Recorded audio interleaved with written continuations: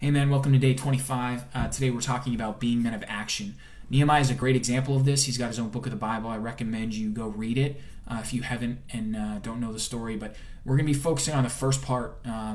This guy is he's a cupbearer to the king of Persia, and he hears from one of his friends that comes back from Jerusalem that Jerusalem's walls are torn down and the Israelites there are just in a bad shape.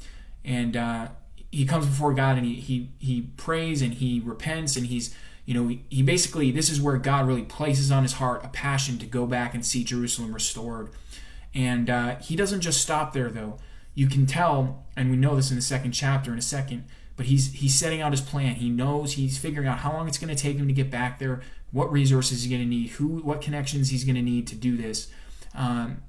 He's doing all this during the first phase before he even gets any of the favor or the audience with the king. Because in chapter 2, he comes before the king, and the king notices he's sad, and he says, why are you sad? And he tells him, like, Jerusalem's walls are broken down. Like, why wouldn't I be? This is the city of my ancestors. And he says, well, what do you need? What do you want to do? And he says, I want to go back and restore it. This is how long it's going to take. These are the resources I'm going to need.